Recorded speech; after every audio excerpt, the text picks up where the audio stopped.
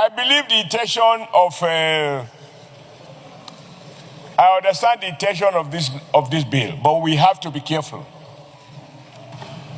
If we are not careful and we create a situation where any one of us, any Nigerian, can go and apply, quote, for license to be an agent to employ people, we are going to create multiple slave labor centers. The issue of who has the right to employ is a very, very important matter. Evil criminals could go and register to become labor employers.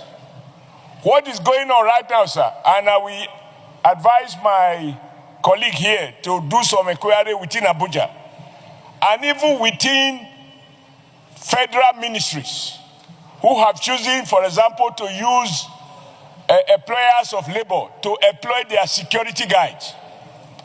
I have visited at least 3-4 federal ministries.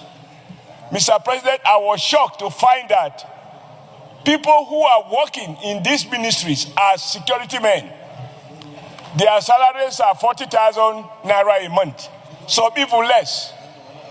So these people register themselves as private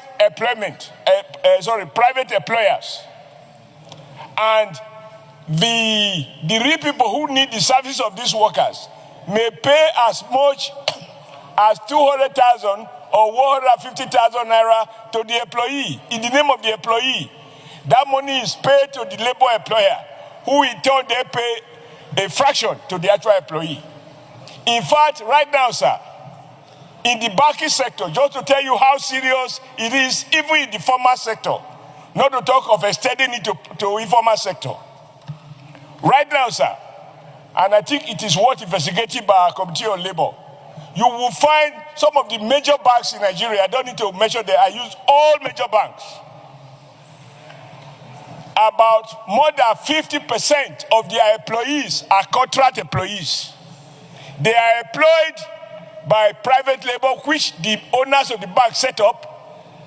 The bank invoice higher wages in the name of these employees, but the private employer of those employees pay these employees a fraction. So when you say somebody working in a bank, you think he's a bank employee. He is not. Now, what is the danger? The day the employee retires or is fired, he has no gratuity because it's not an employee known to the bank. It is the private labor employer. So I think things like this, sir. So what do you think? Like Frank said, I think we need to sit down and do a proper...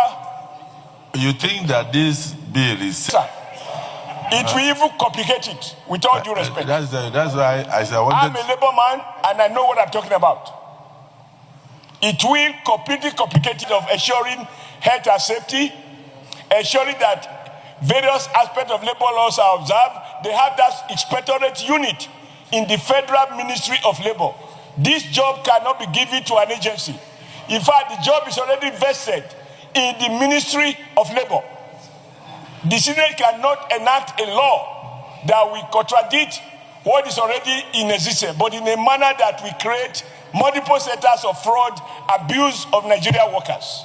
So are you suggesting that this bill may end up empowering certain individuals to pay some Nigerians below the minimum wage? Absolutely.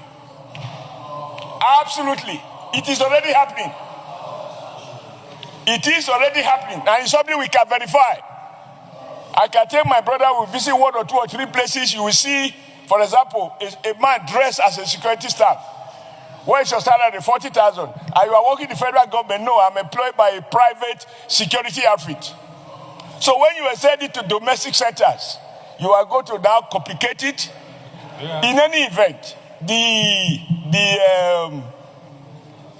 the National Directorate of Employment is not to employ people on behalf of employers. No, that is not their brief.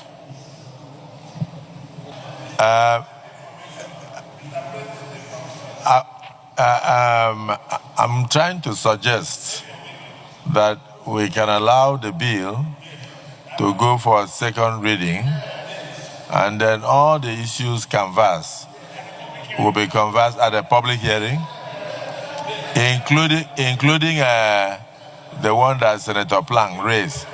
So at that stage, the previous bill could be consolidated with this one, and then we try